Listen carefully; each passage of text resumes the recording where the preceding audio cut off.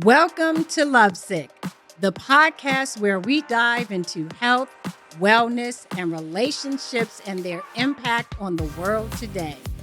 Come be a part of the discussion and join our community by following us on YouTube, Instagram, and listening wherever you get your favorite podcast. Enjoy the show. Hello, everyone, and welcome back to the official Lovesick podcast. Thank you for joining us. And today I have on my left host Michael and on my right, Jada. And we're all happy to announce that we have a fabulous woman here today on the show. She has multiple sclerosis. And she felt that it was very important to come on the show and help educate the viewers and listeners about her life and journey with MS. Thank you so much for being here. Thank you. Thank you. Thank you so much for having me, and great seeing y'all. I'm excited. Yeah, so, the first thing that I did want to ask you is, when did you get your diagnosis, like clinically? And what type of symptoms were you having with MS? Okay. Well, I'm very confident that when I say this store name, you guys won't go, "What's that?" But I used to work at Kinko's. And so when I was working at Kinko's, I felt like I was walking to the right. Like, although I was going straight, my body felt like it was going to the right. And so I went to my doctor, and he's like, "You're walking straight. I don't see anything." So he sent me to get other testing and everything. And then after the MRI, they said, "There's not, like, we don't see anything wrong with you." And it's like, I feel something wrong with me inside. And so I let the gentleman know. It's like, "Oh, my dad was diagnosed with MS." He's like, like, that's what it is. Like, it's MS. And so I was like, okay, I just told you, you're guessing. My symptoms went away. And so that was it. I was 24 at the time. And then 2 years later, my body went numb from my chest down and my hands are still numb. And so my mom said, "Go to the emergency room." And I'm like, why am I going to go to the emergency room? There is nothing, they can do for me. And they referred me to a neurologist. He sent me to get a bunch of MRIs. I think I was in the machine for close to 4 hours. Oh my goodness.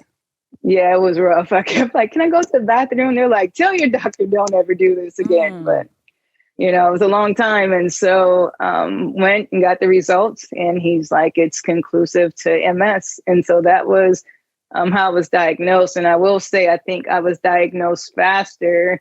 And I'll say, quote, faster, because, the 2 years before, because my dad was diagnosed with MS, they were able to look at that first. And how much did you know about 26. multiple sclerosis before?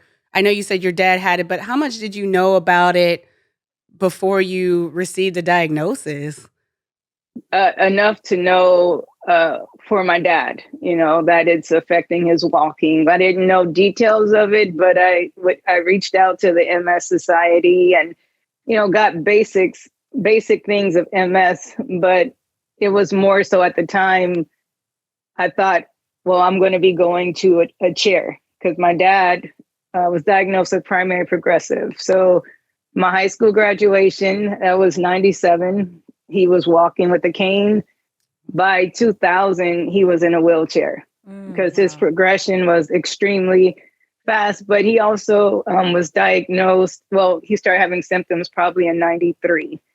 And so he just, continually progressed. And so that was the extent of what I knew. Like, I knew it was a nerve disease, but I didn't know at the time that MS is a snowflake disease, meaning everybody, I could bring 1,000 people in a room right now and we would all be different, with our diagnosis. We can have similarities, but our journey through it, very different. Because you're diagnosed, it doesn't mean that you're going to be in a wheelchair. It doesn't mean that you'll even have to use a cane, because with MS, it's something that can, help you affect you cognitively and all that. So I didn't know all that when I was first diagnosed. Mm-hmm.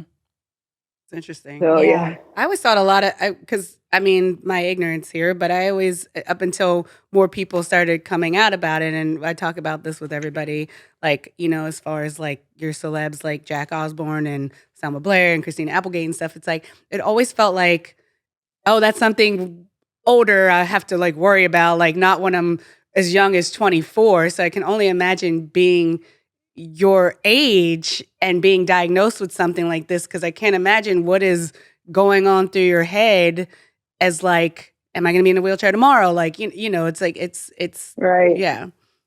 And the funny thing is my parents were young when they had me. Mm-hmm. So my dad wasn't that old, you know, when he was diagnosed. And so in my mind, I'm like, a 20-year-old, 24, 26, 20, anything mm-hmm. can't be diagnosed. But my dad was probably in his early 30s, you know, or even his late 20s when he started having symptoms. But my dad's a musician. And so he was focused on, you know, touring with people and, you know, playing the sax and all that. So he's not paying attention to that. So he's like, oh, I just need to change my shoes. You know, and walk in, because that is something that he did. So you don't know when it starts, but which we may talk about later, is I started a pediatric group because I learned that younger kids can get it. And, you know, when I found out they didn't have a group for support, I was like, I have to start this. Right. Because I can't imagine being in high school, being diagnosed with MS and no clue of what this is. Mm-hmm. Yeah, let's talk about that. Oh, yeah. I mean, you know, I love the way you took kind of dealing with this on your own and turned it into something to help other people. And I love the fact that you chose to help young people who usually a lot of times go undiagnosed. Yep. So, a lot of times. And even adults, you know, now they're like, I started having that when I was a kid, you know, and then, you know, just like looking back and, right. You know, it is, you get to see the progression, you know, of medicine, but how it came about with the young person. And he gets mad when I tell this story because he's like, don't, you know, whatever. So I started, I was asked to take over a group for adults in their 20s to 40s diagnosed with MS. And because the two leaders had to leave, I'm like, no problem. At the beginning of me taking over the group, a young kid came in. He's in high school, freshman in high school, and not a very mature freshman in high school. Like, it's kind of funny, goofy, you know, and it's just like, hold on. And so I told his mom, like, after the group, because we're, you know, we live in California, so people are talking about medical marijuana and bills and, you know, marriage and all that. And I went to his mom after. I was like, I feel like we're corrupting your son by him being in this group, you know, because he's not worried about those things. He's like, I got a test or, you know, whatever. And so I told her, I was like, I'm going to start a group since there's not something for his age, because that's not fair to him. And so that's, you know, how the MS youngsters started.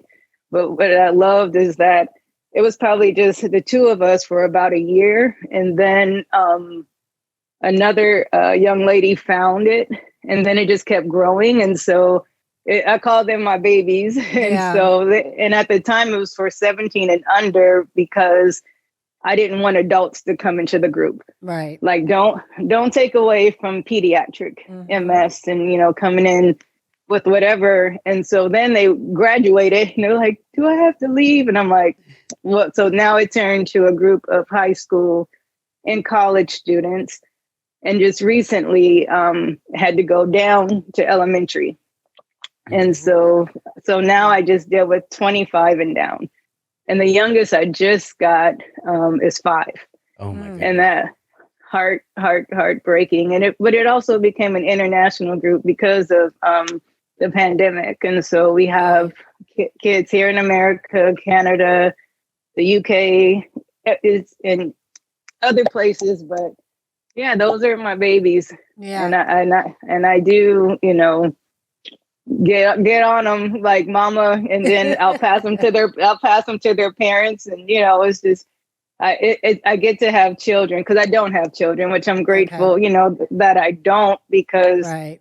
had I done what I wanted to do before, I would have never moved back to Right. California. And I don't care about nothing. And I really didn't even get involved with MS until I moved to California. Mm-hmm.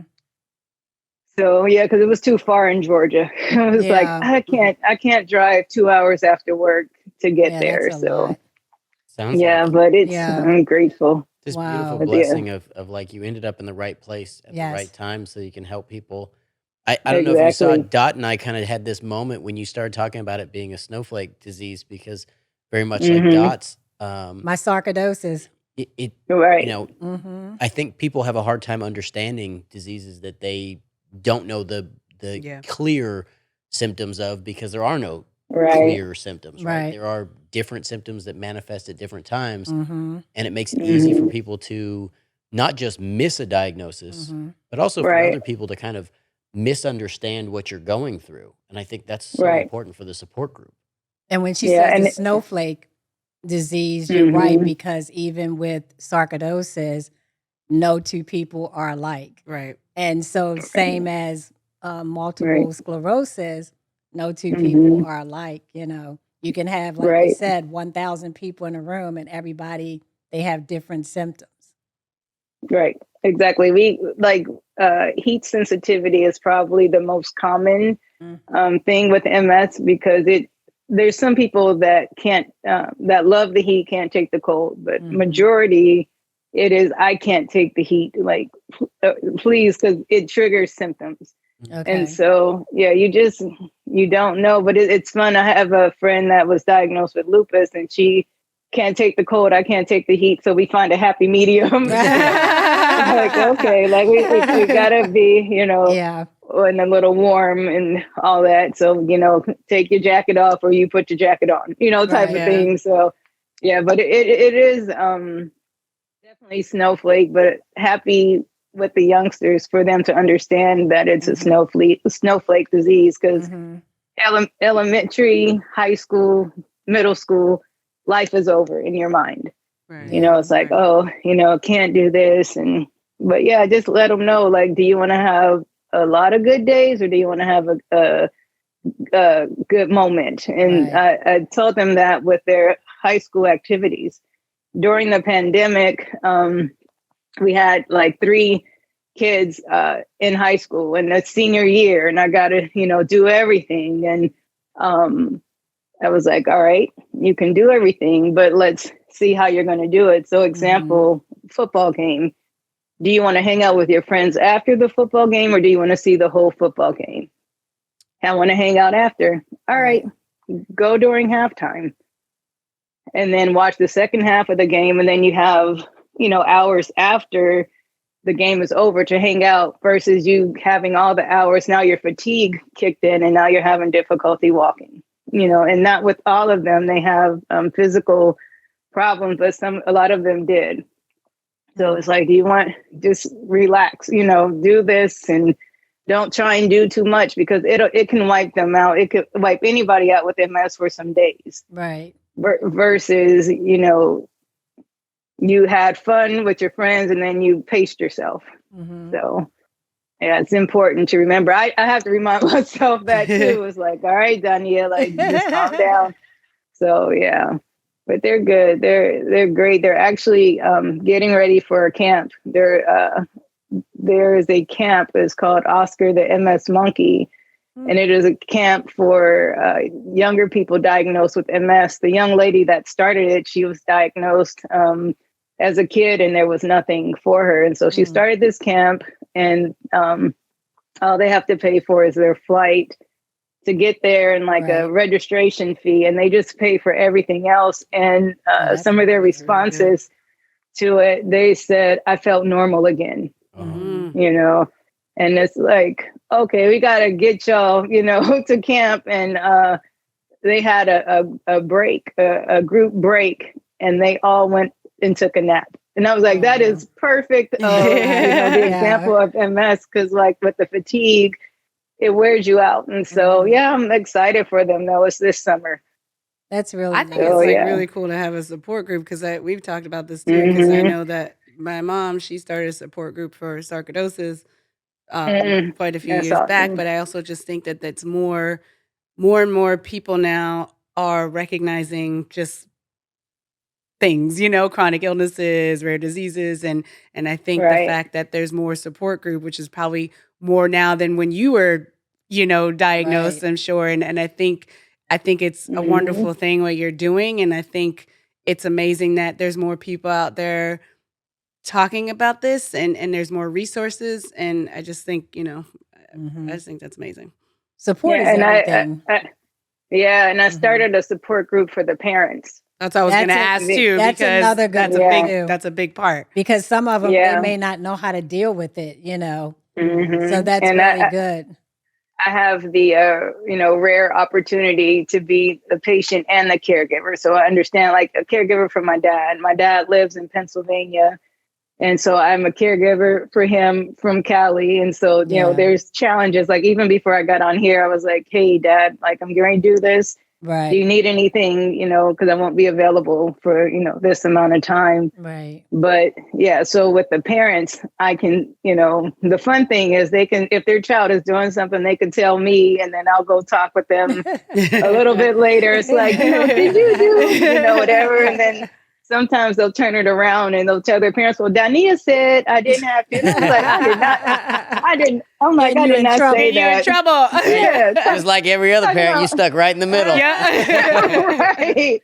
Yeah, because I'm like, I didn't say you don't have to go to school. I said wait in the nurse's office, Right. like, go to school, and when you feel better, go. But yeah, but for the parents group, I will say we meet once a month, and last Sunday of the month, Mhm. and probably last month was the most I've seen them just be vulnerable.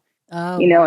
and to say, to see the dads, admitting to each other, like, being able to share the emotion, like, I did too. I was crying too. I did this. And, Yeah. without going into too much detail. But yeah, it was just nice for them to have someone. Mhm. But yeah, Someone that understands what, right. what And everyone is going through. How do they find you? yeah, so they can go on the National MS Society website. Mhm. And there is a support groups link on the MS, or I would do a search for support groups, but it's through there. With the youngsters, we meet every last Saturday of the month from 10 a.m. to 10 a.m. to 12 Pacific time. And then with the parents, it's every Sunday, or I'm sorry, last Sunday of the month. And I meet with them at 3:00. Mhm. 3, and we probably go till about 4:30, and no later than 5 Pacific. So because we have parents, on the East Coast and the West, so I just want to Right. be sensitive, and then for the parent in London, want to be sensitive to her as Wow. far as time. Wow. So I think Yeah. it's like 11 for her, and it's like, sorry, hi, but yeah, they're all great. And what I love about the group is that it started. With me, I'm Black, the young man, Asian, the young lady, Wow. Hispanic, the next person was white. And then it just, Very diverse. everybody's different, Yeah. another young lady from Portugal and Sweden. And yeah, so I love the diversity to Mhm. show, like, it's male, female, yeah, I love the diversity. of One it. of the questions that I have, and because that you have this support group, do Mhm. you or the members in the support group ever share the problems, if they have them, in reference to dating and having multiple sclerosis? Has that been a concern for you or any of the members in the group? So I'm gonna go adult, and then I'll go pediatric. Okay. And I'll start with myself because I'm single, and I used to do like dating sites. I won't list the Right. ones I did, but I would do that, and met a few people, and even on the profile, I was like, was diagnosed with MS, and just put it up front. I didn't want to make it secretive, and people were like, Dawnia, nobody's going to go on there with you saying that. So, but in the beginning of the conversations, I would make sure that I talk about it, and it's been it was interesting. It was great. There was interesting sometimes, and so I appreciate that time, but then now I'm not driving. Like my MS progressed a little bit, and I'm still able to walk and things like that. But when I go in public now, when it's long distances, I have a chair that I'll use. If I don't know, but now I'm working out, doing therapy and all that to help my legs get better. But for me now, I'm kind of like, what do? I want to meet someone in a natural way. So I don't want to do online, because as much as I explain it to you by phone, you're not going to understand it until you see me, or see me interact with people and things like that. So I'm more of a wait on an introduction, because my friends, friends and other people, they're like, people are going to do this. Somebody's going to love you. And you hear it, but it's like, you're not in my situation, type of thing. And then there's been other adults that did not disclose their MS when dating. And so they'll go, I'm sick. I'm just not feeling good. Just making up excuses. Oh, I hit my foot. And then later when they disclose that they were diagnosed with MS, they don't want to have anything to do, with them anymore, because you didn't tell the truth in the first place. And so there's that, of, do you disclose it? Some, got married, no problem, because with their symptoms, it's a little different. Because it's they're able to just walk, and like you can hide your MS real good with that. But there's been people that didn't hide it and get married. But there's a lot that don't think anybody would want to date them, and that's in the adult part. The youngsters, and we laughed about this the other day, and I don't think she'll mind me saying this because this was not said in the group. But she's young, early 20s, and she disclosed to someone that she was diagnosed with MS, and they're like, I don't have a problem with that STD. She's like, are you serious? It's like, oh what? My God. Kind of, to get things like that. So, oh no. With the younger people, they're more concerned about, will they be able to have children? Right. Well, like, will anybody date me? And so I think with them coming to group and seeing that, look, like actually one of my youngsters just made me a grandma by having twins. And so, well, congratulations. Thank you. Yeah, I told all of them, I'm like, I'm OG. That is my, I had to figure out, I'm like, what name can I use? I was like raised in Inglewood. I live in Compton right now. So I'm like, what name can I do? But so what's your official name? OG for, OG for other grandma. Okay. All right. Yeah. I like that. Yeah. See, I had to figure out like, how can I do it? So so it's good for them to see like, oh, she just had babies. Oh, she had 2 babies, and she's going, and she has to balance out everything, and it's helpful for the parents to know like, oh, I can be a grandparent. But for them, they've just been seeing that you don't have to not date. You don't have to give up hope of, being a mom, traveling, anything like that. So, yeah, it's just for the youngsters, it's making sure that they realize they can keep living. We had one that just did an internship overseas through, and I would talk with her sometimes, just make sure she's okay. So I kind of counsel with them, and they have a page on Instagram. It's MS Youngsters. Okay. And that they really suck at posting and all that. So You I'm mean the like, youngsters y'all, don't I know they should be the one. right. They're the main ones that should be posting. Exactly. Can you say that one more time so they can hear you? Yes. So the I'm youngsters are not posting. Hey, look, youngsters, you are the ones that should be leading us and posting so people can be aware of all this education. All right, so we're getting on the youngsters. Start posting. Yes, thank you. Amen. Get them. Yes, start posting. But also to add to the dating thing, you know, we spoke about this before, even as like a parent. I don't know if any of the parents in the group are dating or married or whatever, but that's also another responsibility that you have. So it's not even like I have a child, but now I also have to, I'm taking care of my child who has MS, which is that's a whole other category as well. So that. Right. I feel like that could be a lot on dating too, because it's like you're a caretaker, or just you even being a caretaker for your father. It's like, you know, this is what I'm doing. This is what I'm choosing to do. And this is my responsibility. And this might, part of my life. Part of my life. Yeah. Like, this is part of me. Thank you. Yeah. Yeah. No, thank you for saying that, because that was another one of my hesitations. Right.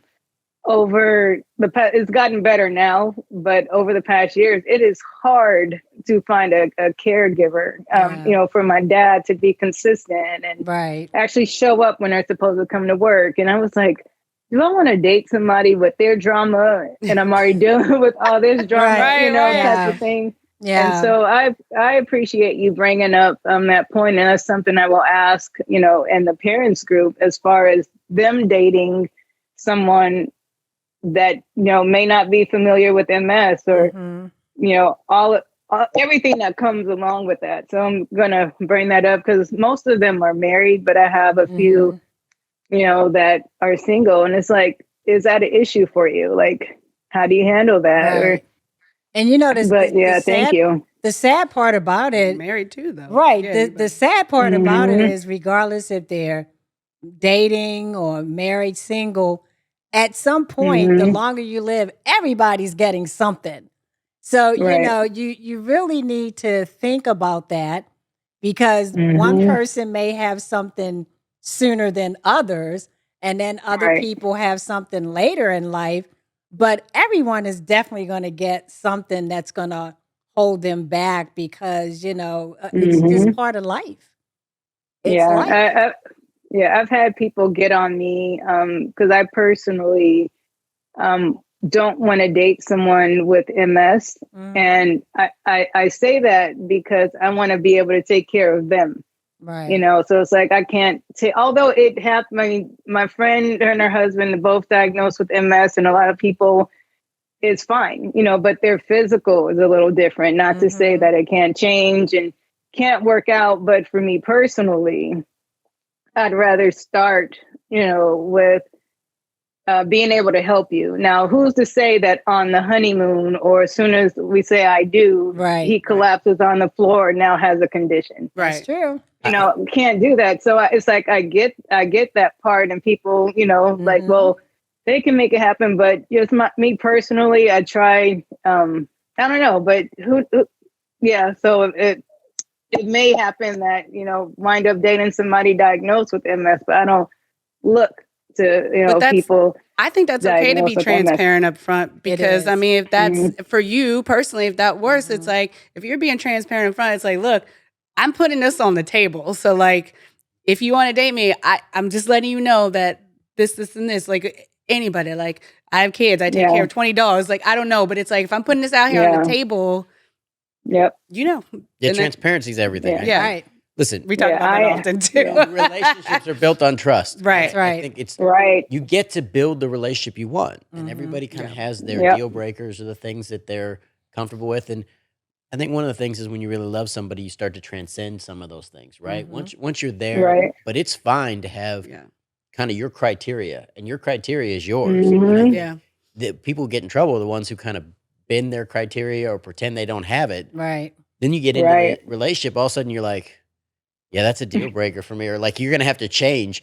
The other person's probably not going to change willingly. They change over time naturally, but And I think people change when they love somebody, right? Like Yeah. they Yeah. change Mhm. to build together. Well, it's just like the Yeah. show that we had. I don't know if you checked out Dr. Drew Mm. on our show, Mhm. but he had some of these same conversations in reference to when is it the best time to let a Right. partner know that you have an illness.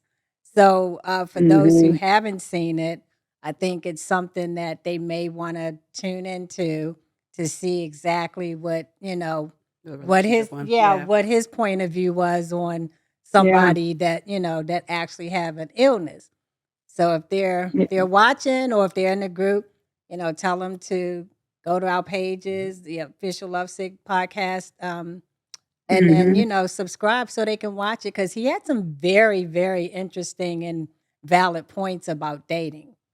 Yeah. And Yeah. I think our biggest thing is also on the show is that we like to highlight this kind of stuff because dating is what a lot of people are doing, right? And it doesn't, Mhm. whatever your situation is, it's like everybody is out there either looking for love or, in love or something. And I think people as a whole, not everybody, gets very scared or nervous to talk about certain Right. things. And it's also a matter of educating that person as well. And I think when we have more Right. conversations like this, it's not, the fear goes away a little bit. Just like your one student was like the STD. It's like, okay, that's not it. But if you learn more about what it is, That's crazy. but Yeah. I'm just saying, but it's like, Yeah, if but you know more ignorance about what it Yeah. is, Ignorance is ignorance. Yeah. The more they learn. yeah. So I think, these are the kind of conversations we just love having because Mhm. it's literally what's Mhm. happening Yeah. in the world. Yes. And I mean, Yes. just And listening to you, and we don't know you, but listening to you, you just have that personality Yes. and that soul Yeah. where you would think that a person wouldn't care what you have just so they could be with you, because you exude that type of Yep. personality through the way you sit there and you smile and you talk. Who wouldn't want to learn about what you're going through, especially if they're genuine. Or just to get to know you Yeah, more. or just to get to know you more, where I just using appreciate that as a that. platform. Yeah, because you're Yeah. beautiful. I'm like staring at Thank you. you. I I'm know. like, this girl is beautiful. When we were talking when we first met, Yeah. you glow. Yes, Yeah, you do. Oh. Jada and I actually had this conversation because you have this glowing Yes. energy about you. No, That's a blessing for somebody. So warm and Yes. caring. Yeah. And someone who goes, I hey, appreciate that. I'm dealing with this. Now let me go help others. I know. Let me help kids. Mhm. Let me build a structure for parents. It shows your capacity Yes. for Mm. being aware of others and compassion for others. Right. I mean, those are the kinds of things that really change people's lives. Mhm. So I love that you want to meet somebody in kind of a very normal, kind of natural setting and just Yes, kind I of meet people. understand that. But I'll tell you right now, Yeah. somebody who Mhm. meets you in that setting is definitely going to see you. Yeah. And Agreed. there's a lot Yeah. of beautiful things to see. Yeah. You're not Thank going to you. have any problems. You're not Well, having any amen. problems. Yeah. I mean, you Amen. keep doing what you're doing, Yep. and you're helping people, and you're, If Mhm. anything, it's you're finding the right. Finding exactly the right one. Versus the awareness. going through But what's happening is that person will find you. That's what Amen. will stuff. happen. Dorothea with Yeah. no They wisdom. I they love will it. find you just because of Okay. who you are. They will find you. Yep. You don't have Awesome. to Well, look for them. They will find you. Yeah, I appreciate all Yeah. of that. And I just want to say really quick, I think, Michael, you brought up the point of changing someone. hmm And so I say when I get married, I never want to date with the expectation of I can change that There you person. go. And, for me, I was like, if there is something that I want to change about you before I marry you, or if I marry you and I was like, okay, I'm going to change him after we get married, he doesn't have to change. It's like, I was like this before you married Yep. me, Right. So it's like, I don't want to deal with that, and I appreciate all of you all's compliments, but I will tell y'all, before I was diagnosed with MS, I didn't think I was beautiful. Oh my. It was if I had makeup on, if I did this, weight has always been an issue. for me. So it's like up, down, up, down, up, down. But my beauty was superficial of beautiful. And when someone go, "Oh, you're beautiful," I would finish the sentence for a fat girl. Oh, Or if you're no. beautiful, whatever. I never Yeah. had that. And it took being diagnosed with MS for me to realize, like, you are beautiful. That's That I right. could wake up without putting on makeup, and wake up and didn't even brush my teeth yet, and it's like, "Oh, you're cute." Like, you're like, okay. And even like my head right now, I turned 44 in this past August, and so I call this my Obama year. Okay. And it's just a year of many firsts. He was the first Black president, so let me do this, my first whatever. So in December, because I've always entertained it, didn't know what was going to happen Right. when it came off, but shaved my hair December 14th. My friend from high school, he shaved it off, and I was like, oh. Yeah. It's like, It works for you, okay. though. It works Yeah, and for I you. was like, Yeah. my head is not, I didn't know I was going to get, when the hair comes Right. off, but it's like, I love it. Like, I'm like, I don't want a wig on my head anymore. I don't, Right. normally I would be putting foundation and everything all over my face. And I'm like, nope, I got a little bit of eyeliner Yeah. and all that, but it's helping me grow, and Yeah. even, with dating, it's like now I'm actually a whole person. Right. When someone comes now, before I wasn't, it was a lot of insecurities and, just different things. So I really appreciate Yeah. y'all's compliments, because it took a while, to even receive something like that. Well, So it's their problem if they can't accept you. They're the ones with the problem. It's not you. Yeah, and yes, can I, if at any time I ask you a question you don't want to answer, don't. But can I go back to something you said just a moment ago? absolutely. And I'm open book. I love people asking questions. I'm like, ooh, I'll tell you. First,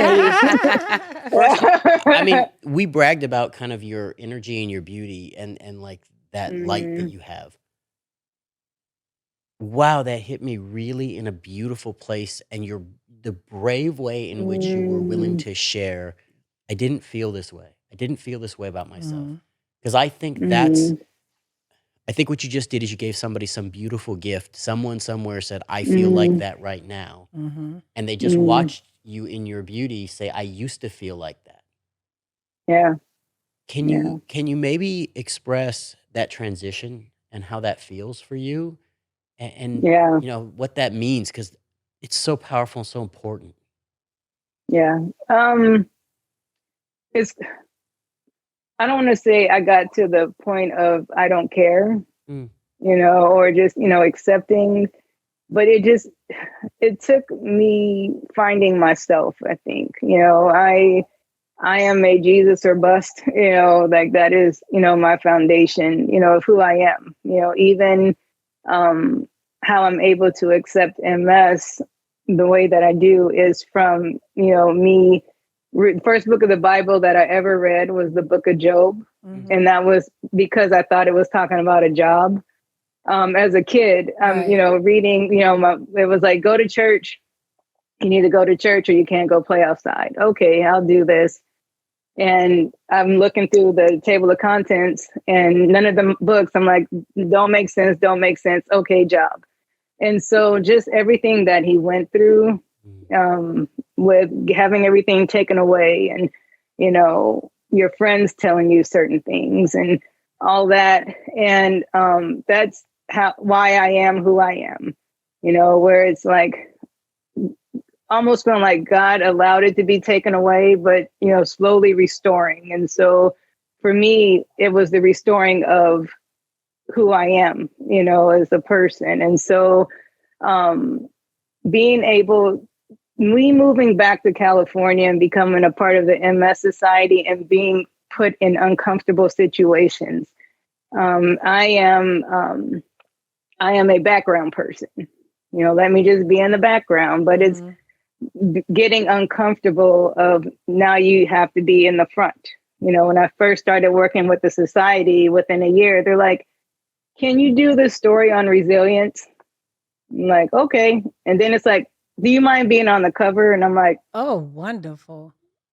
Okay, type of thing. So I think it's the uncomfortable situations and getting into the comfort zone that helped me transition into seeing myself. Where it's like, oh, you don't have to be, and nobody has ever treated me as a doormat or anything like that, but to put in, to feel like I need to be under you, or, like, don't put me here.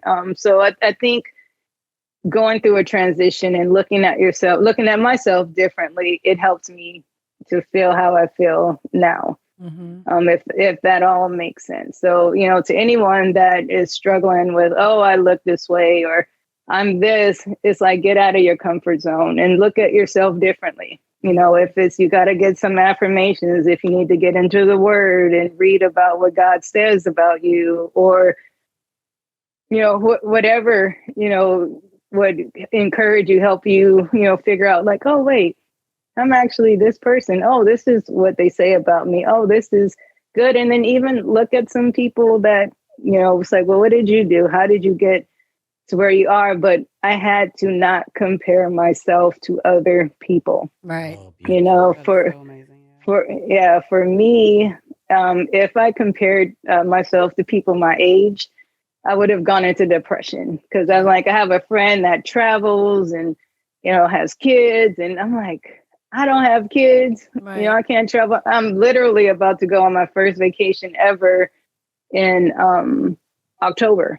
Right. And I'm super excited about it, because my travel had been go to your dad, because I try to go to Pittsburgh, at least once a year to see him. But back to the question, just look at yourself differently is the best way, in a positive light. Like, if you got to look and just look at every single positive thing. Like, for me, I was like, I like my eyes. It's like, I can, just do a little eyeliner. I like my eyes, so find things that you like, about yourself, and, maybe even speaking it. If you don't see anything, start to speak it. Right. Are you a motivational speaker? Because you could be. You really could be. You really could be a motivational speaker to go out and, other organizations, churches, companies, events, things like that, to give people that same advocacy that you have, your vision, because I'm sure there's people out there struggling and they're going through the same thing that you've already gone through, or maybe they're thinking it, or whatever the case may be. Yeah. You could really help a lot of people. I've never thought of being a motivational speaker, but I just love people. Like, in high school, I was voted friendliest. When my friend goes to the grocery store with me, she's like, it's like being in a commercial with you. I'm like talking like, hey, and all that. But I love people. Like, I can talk. Like, I prefer somebody to call me on the phone. Don't send me a text. But first of all, I get distracted too easy. Like, my friend nicknamed me Squirrel. She even sent me a shirt with squirrel on it, because I am, all over the place. But yeah, I'm like, just call me. I want to hear your voice. I want to hear how you're doing. I had a friend, this is some years ago, and we joke about it. She called me heartless. And I was like, I'm not heartless, I'm direct, type of thing. So it's not a, I love people, but I want to tell you the truth, in love, and I want to laugh. Like, one of my secret things is I want to one day do, to challenge myself, my Obama year, do stand-up comedy. Just like an open mic, something, just, make myself uncomfortable. Right. I'm coming. Yeah. I know, I will come right? Listen, I can help you find open mics. I will come with you. I will cheer for you. Thank you. I will be your supporter before, during, and after. I will stand with you no matter what. So everybody that's listening, I'm holding y'all. her, she would love to be. We're gonna follow up with you. Yes. I have notes in my phone. I'm like, oh yeah, I got. Because sometimes you just have to laugh about it. Sometimes. Well, I also just think a lot of people go through life and never try anything, or never get comfortable with themselves. And I think no matter what age people find, like my biggest thing for me, I had to learn, like, I'm not for everybody. So once I kind of put that out there, and I'm like, then why who do I need to impress or do whatever? Because it's like, I may not be for you, but whatever. Like, you know what I mean? So I feel like once I think a lot of people need to hear what you said, because there's a lot of us out there that don't do any of that. And I think it's amazing, because I think, it's a wonderful way of looking at life. And I think that's how you live. Yeah. That's how to live. Thank you. Yeah. Yeah. I'm excited. So I will definitely let y'all know. Please do it. Please do. I will It'll be happen. there. You just spoke I it will into be there. existence. I'm telling It'll you. happen. I will be there. Yeah. I will be proud to stand by your side before, during, and after. So you don't have to worry about any of it. Somebody's riding with you. I appreciate it. And see, I don't cuss, so it would be clean comedy. So there Listen, we go. it's the best. No swear jars for you. When I get on stage, I try not to swear. Did you hear either. Jada? She says, no swear jars for you. Wait. I was like, it would be fun to have swear jars with y'all, because I'll just be collecting. I'm like, just put it in here. You might be able to travel a lot more. Yeah, exactly. Exactly. So no, I appreciate y'all. It makes me excited, and I'm looking for more things. Like, this will be my first time doing this, first for that, and yeah, it's fun, trying new things and challenging myself. Like I even thought about doing an acting class, because that's very uncomfortable. Yeah. Just for, getting out there. So we'll see. But, you just do whatever you want to do. And if it makes you feel uncomfortable, then it's a challenge, and it's something that you should challenge yourself with. And you might be amazing at it. Yeah. You never know. And you don't know until you actually do it. But the fact that you want to do that, and that's like you said, being outside of your comfort zone, I bet you would be phenomenal. Yeah, I practice on the dogs. Like, hey, they're loyal. Exactly. That's right. They'll let you know. Yeah. That's right. It's fun. But they will let you know. Y'all. Yeah, for sure. Yeah. But it's fun. Oh, go ahead. I was just going to say, I love something else you said, which is, I want to give truth in love. Yep. And I think truth is love. I think when you really love people, you're able to turn to them and tell them sometimes the hard truths, right? And when people really love you, they can hear hard truths from you, because they know where it comes from. Yeah. And I think that's such a powerful thing. And you that just kind of resonates out of you. Yeah. It's just, I'm not the friend that'll watch you, you're like a step from a cliff and then you fall, and it's like, I should have told her, or I knew that was happening. It's like, tell her, like, you're right there. So, and I want people to do that with me. Like, my friends, think I'm crazy, but I'm like, no, tell me. Like, I just need you, because you're somebody I trust. And if you see it, like, even with dating, I told all of my friends, because when you're in a relationship, you're like wide open, it's in love and all that. And I'm like, okay, if you see something, tell me. Agreed. Like, let me know, like, tell me. And then some of them, like, I broke up with somebody years ago, and they're like, I was like, I don't want to hear it. I said, because I told you, from jump. So it's like, I don't want to hear it after the fact. Right. But yeah, it's I like the truth. And I like the hard, direct. I don't want to, don't be nice to me. Don't comfort me. And like, tell me what it is. So. Jada's like, I hear this all the time. I say this all the time. This is my thing is, I prefer hard truths. Yes. Don't give me convenient lies. Yes. Don't give me polite pleasantries. Just tell me like it is. Because if I care about you, and if you love me, you want me to be my best. And don't let me be average. Don't let me be okay. Don't let me go the wrong way. And I love what you said is, don't tell me after. Yeah. Right. I don't need to hear that. I don't care. Yeah. You're like, you're late. So when you're down, say you have a moment where you're down for whatever reason, who do you go to? Because you're helping everybody else. So who does Dawnia go to for your support system when you need it most of all? Because we can't be happy 24/7. especially when Right, we're right, going through a right. lot of illnesses, So Hmm. I just want to know, like, who does Dawnia go to? Yeah. So first, God. Mm-hmm. For me, worship music really helps me, and Okay. so I have a whole playlist and all that where it's like, okay, let me calm down, and then I'll call my sister, Okay. one of my big sisters, or I have a group of friends that I can talk to, and it's like, okay, and it's like, let me know if I'm crazy or this is how I'm feeling, different things like that. So I've been, one thing I will say, and it hurts my heart, is that a lot of people diagnosed with MS lose their friends. Uh, And they're like, oh, yeah, my friends used to. And well, like for they were not me, friends in the beginning. exactly, Yeah, that's what I say. I'm just definitely like, those not. weren't your friends. Right. No, Because you would think friends, MS come that's closer. right.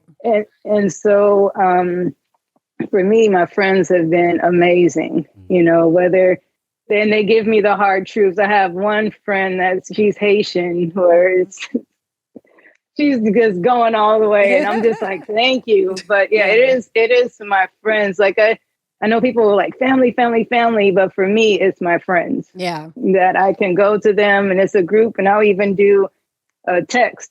I have several ones that I'll create a text and I'll just copy and paste it. Like, just pray for me with this. This is how I'm feeling. And Right. a lot of times, I literally just told someone this story. I love playing games, and there was a time that I really wanted to play games, and stuff kept happening. Nobody wanted to play a game. Wound up visiting a friend up north because I wanted to go to a concert. We had been going back and forth, and so she has children. Mm-hmm. In that trip, one of her daughters, we just wanted to play games. Literally stayed from a birthday party so we could play games. And literally from Friday night to Saturday night, we played games. The next day, went to the concert that I wanted to go to. I called the wrong Uber. I was supposed to do Uber, like the group, carpool, Uber, like carpool, Right. and didn't do that. Thought I did. Funny trip, and apologizing to people when they get in, like, sorry, I didn't do it right or whatever. And at the very end of it, the driver handed me a red bow. And it was like a gift bow, like Christmas bow. Right. And it was like, God was like, this was my weekend for you. Like, this weekend was a gift, Right. so it's like things Oh, like that will wow. happen for me when I get, when I get discouraged and all that. Like, God will do things like that for me. And so I still have the red bow too, because it was just a reminder, the simple thing of, I want to play games. And I've been trying to get to that friend for 5+ years and had to keep canceling. And so, Right. the games with the daughters, seeing an artist that I really like. And then at the end of a trip, he gives me the bow. I'm like, thank Yeah. you. I'm at peace and all that. But yeah, it's just, I pay attention to everything. So yeah, but having those amazing friends and just sitting down and with worship, getting in the word, that helps me. Right. And I can be very honest, with friends, and like, this is how I'm feeling. I'm disappointed and all that. And I even had to one time go like, am I depressed? Because they're like, this was last summer. And then I had to look into depression, like asking people, how do you get depressed? Not saying I want to get depressed, but what led to your depression? Yeah. And I know depression is clinical sometimes, and sometimes it's just environment. So I had a whole evaluation of myself of, am I depressed? And then I see an article, one of my big sisters sent it to me about how depression looks different in Black women, and so I read that. And after reading everything, doing research, it wasn't that I was depressed, I was disappointed.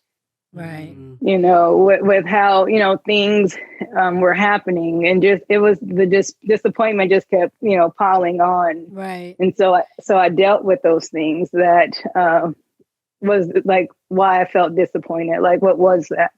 Mm. So yeah, so that's how I deal, thing, and that's how things happen for me when I am in my last, where it's like, okay, you better come on, or I'm about to break, Right. type of thing. Yeah. So yeah, So strong. Yeah. So like Mm, I'm so glad, Dot, that you asked that question, and I'm so happy people got to hear that. Got to hear that from you, because there thank was you. just so much authentic power and just honesty. And this was, I can only imagine your groups are like this, and what a blessing Mm. that is for all of those who are in them. Mhm. Yeah.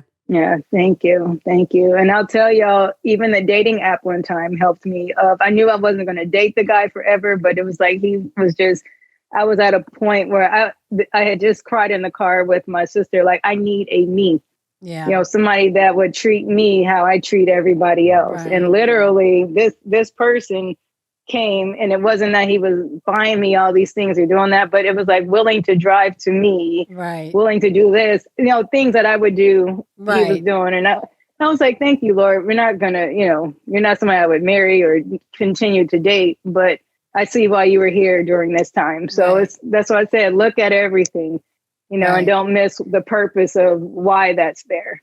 So Well, like they say, people come into your life for a reason, a season, or a lifetime. So that person exactly. was for a reason. Reason, Yeah. exactly. And that So helped you to get through whatever that hurdle was that you needed to get through, and that was yeah, that, you know? yeah, exactly.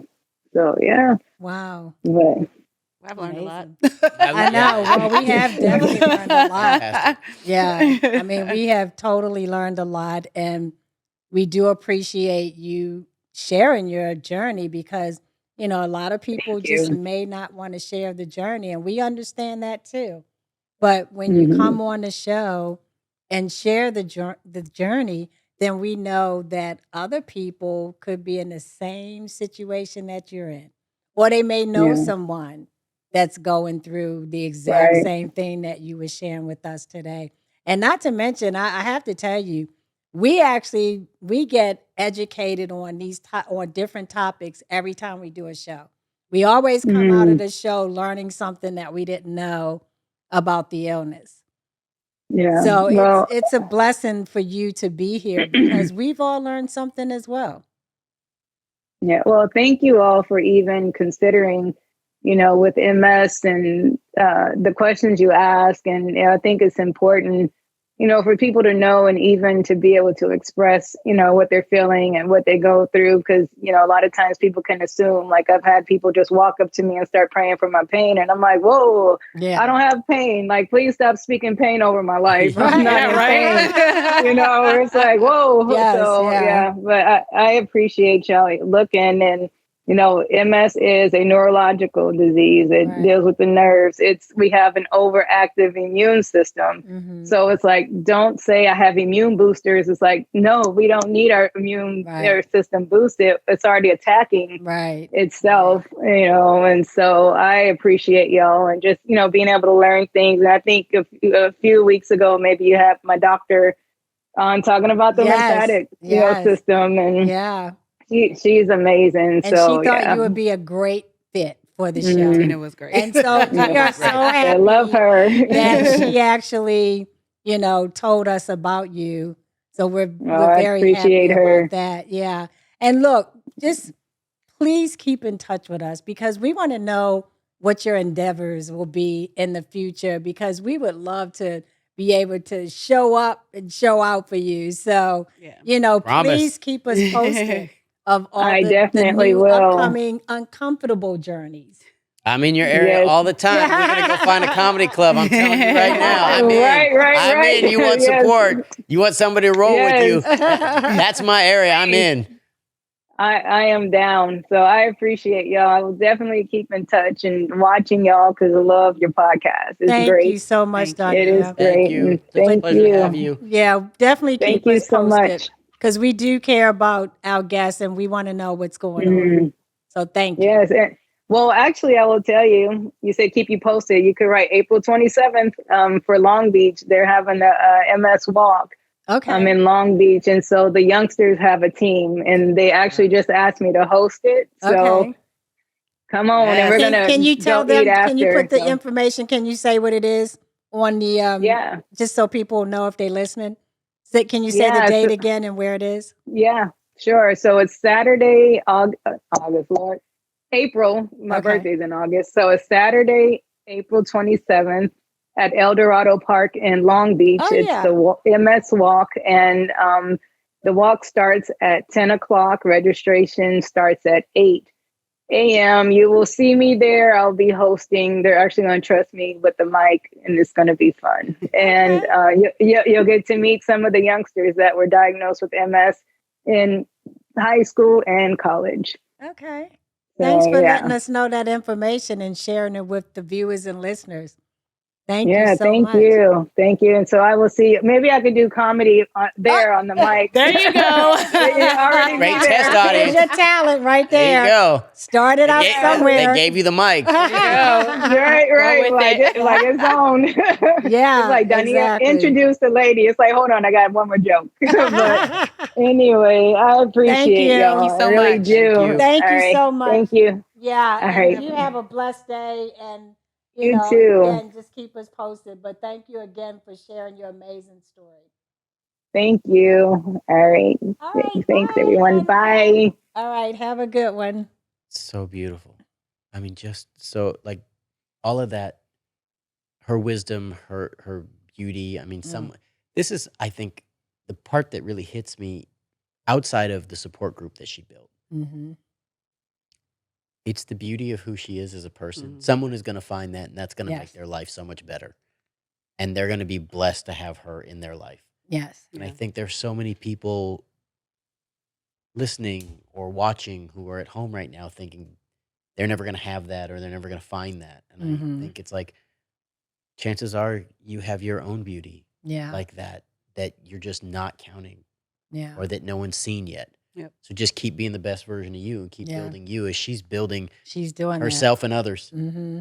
Amazing. She's definitely fabulous. She has a great energy. and a great Energy, spirit. Yeah. she has a great outlook on life, considering what she's going through. I mean, she's thinking about future things that she would like to do, and that's what she needs to do. Just keep it moving. Yeah, and for all Yeah. of our listeners, all of the watchers, if you have people, if you have suggestions, if there's stories that you want to see, help continue this conversation. And Yeah. we're so thankful for all of you. Yeah. Thanks for coming and being part of the Lovesick podcast. Yeah. Thank you. Thanks, everyone. Lovesick Podcast, the official Lovesick